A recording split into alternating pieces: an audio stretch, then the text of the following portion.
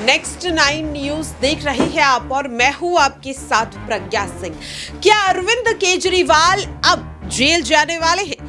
शराब घोटाले मामले में ईडी का एक्शन एक बार फिर से अरविंद केजरीवाल के खिलाफ देखने के लिए मिला। बता दें कि शराब घोटाले मामले में ईडी ने अरविंद केजरीवाल को आज चौथा समन जारी कर दिया है, जिसके बाद अरविंद केजरीवाल को अब 18 जनवरी की तारीख ईडी की तरफ से दी गई है। 18 जनवरी को अरविंद केजरीवाल को ईडी के सामने पेश होना पड़ेगा। लेकिन एक बार फिर से वो तमाम सवाल अब सामने आ रहे हैं कि क्या अरविंद केजरीवाल चौथे समन पर ईडी के सामने पेश होते हुए नजर आएंगे। तीसरे समन पर अरविंद केजरीवाल ईडी के दफ्तर तो नहीं पहुंचते, लेकिन वो कई गंभीर आरोप बीते 3 जनवरी को ईडी पर लगाते हुए नजर आते हैं।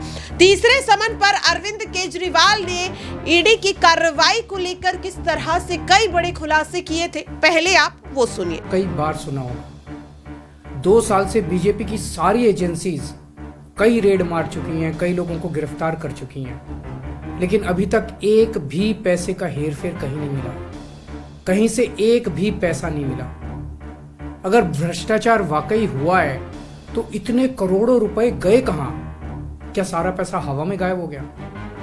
सच्चाई यह है कि किसी तरह का कोई भ्रष्टाचार हुआ ही नहीं। अगर होता तो पैसा भी मिलता। ऐसे फर्जी केस में आम आदमी पार्टी के कई नेताओं को इन्होंने अभी तक जेल में रखा हुआ है। किसी के भी खिलाफ कोई सबूत नहीं है, कुछ साबित नहीं हो रहा, खुलेआम गुंडागर्दी चल रही है, किसी को भी पकड़ के जेल में डाल दो। अब बीजेपी मुझे गिरफ्तार करना चाहती है। मेरी सबसे बड़ी संपत्ति, मेरी सबसे बड़ी ताकत मेरी ईमानदारी है। झूठे आरोप लगा के, फर्जी समन भेज के ये मुझे बदनाम करना चाहते हैं, मेरी ईमानदारी पे चोट करना चाहते हैं। इन्होंने मुझे समन भेजे हैं। मेरे वकीलों ने मुझे बताया कि ये समन गैर कानूनी है। क्यों गैर कानूनी है? ये मैंने इनको विस्तार से लिख के भेजा है। मैंने बताया है कि उनके समन कैसे गैर कानूनी है, लेकिन उन्होंने मेरी एक भी बात का जवाब नहीं दिया। इसका मतलब उनके पास मेरी बातों का जवाब नहीं है। इसका मतलब वे भी मानते हैं कि उनका नोटिस गैर कानूनी है। क्या मुझे एक गैर कानूनी समन का पालन करना चाहिए? अगर कानूनी रूप से सही समन आएगा तो मैं पूरा सहयोग करूंगा।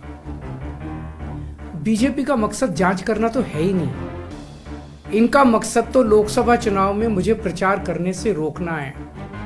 ठीक लोकसभा चुनाव के पहले इन्होंने मुझे समन भेजा है। क्यों?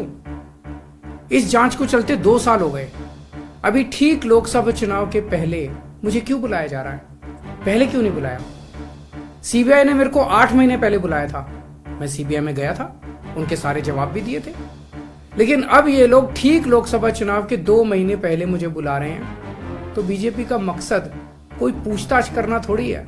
इनका मकसद है पूछताछ के बहाने केजरीवाल को बुला लो और उसे गिरफ्तार कर लो, ताकि मैं लोकसभा चुनाव में प्रचार ना कर पाऊं। आज बीजेपी भ्रष्टाचारियों को नहीं पकड़ रही, बल्कि खुलेआम ईडी और सीबीआई का इस्तेमाल करके दूसरी पार्टियों के नेताओं को तोड़ के बीजेपी में शामिल करवाने का काम किया जा रहा है।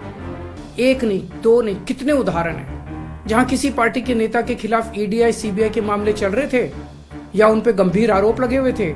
जैसे ही वो नेता बीजेपी में शामिल हुए, उनके सारे पुराने मामले बंद कर दिए गए या ठंडे बस्ते में डाल दिए गए। तो जो इनकी पार्टी ज्वाइन कर लेता है, उसके सारे मामले रफा दफा कर दिए जाते हैं। जो इनकी पार्टी में नहीं जाता, वो जेल जाता है। आज मनीष सिसोदिया, संजय सिंह और विजय नायर इसलिए जेल में नहीं है कि उन्होंने भ्रष्टाचार किया है, वो इसलिए जेल में है क्योंकि उन्होंने बीजेपी में शामिल होने से इनकार कर दिया है। आज हम बीजेपी का मुकाबला क्यों कर पा रहे हैं? क्योंकि हमने कोई भ्रष्टाचार नहीं किया। अगर हमने जरा सा भी गलत काम किया होता तो दूसरे भ्रष्टाचारी नेताओं की तरह आज भी हम बीजेपी में शामिल हो चुके आज तो होते आज तक। इस तरह देश के ईमानदार नेताओं को जेल में डाल के और भ्रष्टाचारियों को अपनी पार्टी में शामिल करवा के ऐसे तो देश आगे नहीं बढ़ सकता। ये क्या चल रहा है? ये जो कुछ भी चल रहा है बहुत खतरनाक है। ये हमारे जनतंत्र के लिए बहुत गलत है। इसे रोकना होगा। मैं हमेशा देश के लिए लड़ा हूं। मेरा तन मन धन देश के लिए है। मेरी एक एक सांस देश के लिए है। मेरी खून की एक एक बूंद देश के लिए है। मेरे शरीर का एक एक कतरा देश के लिए समर्पित है। हमें मिलकर देश को बचाना है। मैं पूरी जी जान से इनके खिलाफ लड़ रहा हूं। आपका साथ चाहिए। देखा आपने और सुना भी कि किस तरह से अरविंद केजरीवाल ईडी की कार्रवाई को गैर कानूनी बता रहे हैं और खुद को भेजे गए समन को राजनीति से प्रेरित बता रहे हैं। ऐसे में शराब नीति घोटाले में ईडी ने पूछताछ के लिए अरविंद केजरीवाल को चौथा समन भेज दिया है और अब देखना काफी अहम रहेगा कि अरविंद केजरीवाल का अब अगला कदम क्या रहता है। क्या वो ईडी के दफ्तर पूछताछ के लिए 18 जनवरी को जाएंगे या फिर एक बार फिर से ईडी के समन को ठुकराते हुए नजर आएगी। क्या लगता है आपको? आप अपनी राय कमेंट बॉक्स में शेयर कर सकते हैं। फिलहाल के लिए इस खास रिपोर्ट में इतना ही। देश और दुनिया की तमाम खबरों के लिए आप सभी बने रहे नेक्स्ट 9 न्यूज के साथ।